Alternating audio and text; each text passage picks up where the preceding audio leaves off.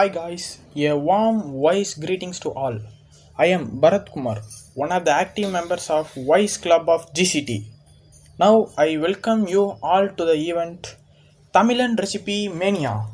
தமிழ்னு சொல்லிட்டேன். ஸோ இனி தமிழில் தான் பேசுகிறது முறை. ஆனால் அங்கங்கே கொஞ்சம் இங்கிலீஷ் வரும், அதை மட்டும் மன்னிச்சிக்கோங்க. இந்த ஈவெண்ட் நாங்கள் எதுக்கு நடத்துகிறோன்னா, உலக உணவு நாள், அதாவது வேர்ல்டு ஃபுட் டே, அதை கொண்டாடுறதுக்கு தான் நாங்கள் நடத்துகிறோம். உணவு, மனுஷன் நம்ம வாழ்கிறதுக்கு 3 விஷயம் அடிப்படை தேவை. ஒன்று வீடு, இன்னொன்று உடை, இன்னொன்று உணவு. அப்படி அடிப்படையான ஒரு விஷயந்தான் உணவு. இதை பற்றி தான் இப்போ நாங்கள் இனி பேச போகிறோம். அதுக்கும் இந்த ஈவெண்ட்டுக்கும் என்ன சம்மந்தம் நீங்கள் பார்த்தீங்கன்னா, நாங்கள் 7 நாளைக்கு தமிழ்நாட்டோட 7 லோக்கல் டிஷ்ஷோட ரெசிபீஸை பற்றி தான் நாங்கள் இப்போ பேச போகிறோம். ஆரம்பத்துலேயே எதை பற்றி பேச போகிறோன்னா, ஒரு இனிப்பு, அதாவது ஒரு ஸ்வீட்டை பற்றி தான் பேச போகிறோம். நமக்கெல்லாம் தெரியும், ஸ்ரீவில்லிபுத்தூர் அப்படின்ற ஊர் பேரை கேட்டாலே நமக்கு ஞாபகம் வர்றது பால்கோவா தான். முதல்ல பால்கோவா பற்றி தான் பேச போகிறோம். பால்கோவா, இந்த பால்கோவான்ற பேரை வச்சு நம்மளால் கண்டுபிடிக்கலாம். இது முழுக்க பாலால் ஆன ஒரு டிஷ்ஷு தான். இந்த பால்கோவாவில் பால் மட்டும் இல்லாமல் நம்ம இன்னும் கொஞ்சம் இன்க்ரீடியன்ஸ் சேர்த்துவோம். சுகர், அதாவது இனிப்புக்காக, கீ, அது டேஸ்ட்டுக்காக, அப்புறமேட்டு அந்த கெட்டியாக இருக்கிறதுக்காக, அப்புறமேட்டு கார்டமன் பவுடர், அதாவது ஏலக்காய் தூள், அது நம்ம ஃப்ளேவருக்காக ஆட் பண்ணுவோம். ஃபஸ்ட்டு நம்ம பால்கோவா செய்கிறதுக்கு ரொம்ப டைம் ஆகும், அதுக்கு ரொம்ப பொறுமையாக இருக்கணும். அதனால் நம்ம என்ன பண்ணுறோன்னா, ஒரு பெரிய கடாய் எடுத்துக்கிறோம். அந்த கடாய் நல்லா பெருசாக இருக்கணும். ஏன்னா அப்போ தான் பால் சுண்டும் போது அடிப்பிடிக்காது. அதுக்கப்புறமேட்டு அப்படி நம்மக்கிட்ட பெரிய கடாய் இல்லைன்னா, நம்ம அடித்தட்டு நல்லா பெருசாக இருக்கிற மாதிரி கடாயை எடுத்துக்கிட்டோம்னா நம்ம அடி பிடிக்காமல் பார்த்துக்கலாம். ஃபஸ்ட்டு இந்த பாலை இந்த கடாயில் ஊற்றி அப்புறமேட்டு அதை ஹை ஃப்ளேமில் வைக்கிறோம். அதை கொதிக்கிற வரைக்கும் அது நம்ம எதுவும் பண்ண போகிறதில்ல. அது கொதிக்கும் போது நம்ம அந்த ஃப்ளேமை கொஞ்சமாக கம்மி பண்ணிக்கிட்டு, அந்த ஃப்ளேம் ஜஸ்ட்டு அந்த கடாயை தொடுற அளவுக்கு மட்டும் நம்ம வச்சுக்கிட்டால் போதும். அப்போ வச்சுக்கிட்டு அந்த பாலை நம்ம கிண்ட ஆரம்பிக்கிறோம். ஏன் பாலை கிண்டுறோன்னா, பால்கோவாவுக்கு ரொம்ப முக்கியமானதே அந்த பாலாடை தான். ஸோ அந்த பாலாடை பால் சுண்ட அப்படியே கடாயோட ஒட்டிக்கிட்டே வரும். அதை எடுத்துவிட்டு அந்த பாலை அடிப்பிடிக்காமல் இருக்கிறதுக்காக நம்ம கிண்டிக்கிட்டே இருப்போம். இது மேக்ஸிமம் பார்த்தோன்னா ஒரு 1 hour அந்த டைம் வரைக்கும் ஆகும். ஸோ அந்த ஆடை ரொம்ப முக்கியம். அதனால் அதை மிக்ஸ் பண்ணிக்கிட்டே இருக்கும். அப்போ அது அடிப்பிடிக்காமல் இருக்குது.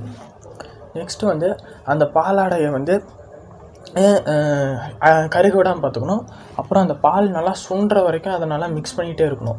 ஒரு லெவல் வந்ததுக்கப்புறமேட்டு நமக்கே தெரியும், அது கொஞ்சம் கொஞ்சமாக அப்படியே கட்டியாகிட்டே வரும். அப்படி நமக்கு அந்த திக்னஸ் பத்தலை அப்படின்னா, இன்னும் கொஞ்சம் நம்ம அப்படியே விட்டு நம்ம அதை திக் பண்ணிக்கிட்டே வரலாம். அப்படியும் நமக்கு திக்னஸ் பத்தலைன்னா நான் சொல்கிறேன், அதாவது அதில் கொஞ்சம் மைதா மாவு, அப்படி இல்லைனா லெமனு, அப்படி இல்லைனா வினிகர், இல்லை கார்ன்ஃப்ளவர் ஆட் பண்ணால் நமக்கு திக்னஸ் டெக்ஸ்சர் இன்னும் கிடைக்கும். அதுக்கப்புறமேட்டு அந்த திக்னஸ் ஆனதுக்கப்புறமேட்டு அது ஒரு செமி சாலிட் ஸ்டேட் ஆகும். அந்த செமி சாலிட் ஸ்டேட் ஆனதுக்கப்புறமேட்டு தான் நம்ம சுகர், அதாவது இப்போ நார்மலாக பார்த்தோன்னா 1 liter ஆஃப் மில்க்குக்கு 200 grams ஆஃப் சுகர் ஆட் பண்ணுவோம். ஸோ நீங்கள் எவ்வளோ எடுக்கிறீங்களோ இந்த ரேஷியோவை நீங்கள் யூஸ் பண்ணி போட்டுக்கிட்டிங்கன்னா உங்களுக்கு இந்த டேஸ்ட் நல்லா வரும். அப்புறம் கீ அதே 1 liter ஆஃப் மில்க்குக்கு 1 spoon கீ யூஸ் பண்ணுவோம். கார்டமன் பவுடர் அது கொஞ்சமாக தான் யூஸ் பண்ணுவோம். அது ரொம்ப பிஞ்சாக யூஸ் பண்ணுறதுனால அது அவ்வளோ பிரச்சனையாக இருக்காது. அது வெறும் ஃப்ளேவருக்கு மட்டும்தான். அதுக்கப்புறமேட்டு அந்த லோ சிம்மாக வச்சுக்கிட்டு நம்ம அதை ஒரு 3 to 4 minutes இது எல்லாத்தையும் போட்டு மிக்ஸ் பண்ணிக்கிட்டே இருக்கணும். அது பண்ணதுக்கப்புறமேட்டு கேஸை ஆஃப் பண்ணிவிட்டு அப்புறமேட்டு அதை கொஞ்சம் ஆற வைக்கணும்.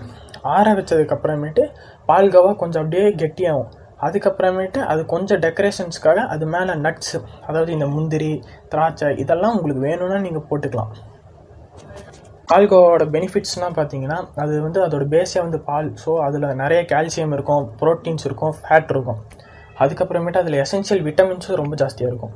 அதோட டிஸ்அட்வான்டேஜஸ் என்னதுன்னு பார்த்தீங்கன்னா, அதில் சுகர் இருக்கிறதுனால அது ஒரு லெவலுக்கு மேலே நம்மளால் சாப்பிட முடியாது, தகட்டும். Last but not the least, கடைசியாக ஒரே ஒரு மெசேஜ் மட்டும் சொல்லி முடிக்கிறேன்.